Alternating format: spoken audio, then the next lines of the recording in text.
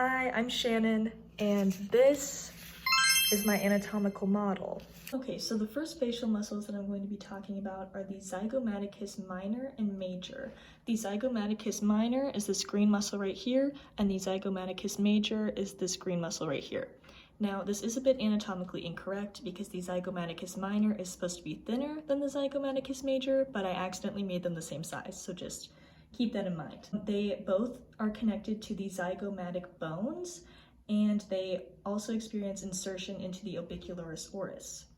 Next up are these muscles right here, this kind of like magenta color. The top one, the superior one, is the levator anguli oris, and it has its origin on the maxilla bone. And the one right here is the levator labii superioris, which elevates the upper lip. Next up is the yellow muscle right here, which is the rissoris muscle, and it draws the angle of the mouth anteriorly. Next up is the mentalis muscle right here on the chin, and this muscle is the most medial.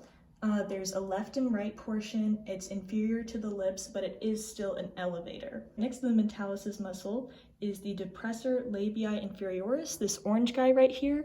I tried to show that it's going underneath this blue muscle, which I'll get to in a little bit. But yeah, that's why it looks so small. It's not actually that small.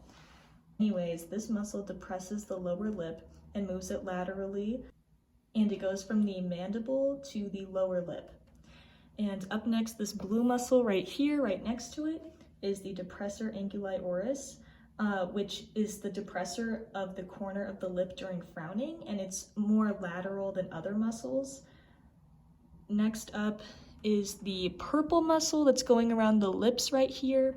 This muscle is the orbicularis oris, with the superioris section right here and the inferioris section below the bottom lip. So this muscle is the primary lip muscle, and it helps constrict the oral opening. So like it helps you pucker your lips, for example, and almost all of the muscles insert into the orbicularis oris, the facial muscles that is. I also included not just some of the facial muscles in my anatomical model. There's also, oh my God, she fell. Okay, there's also the cranial muscles that I included a little bit of. So up on the top, we have the frontal bone, and then towards the back, we have the parietal bone. At the most inferior portion of the skull, we have the occipital bone.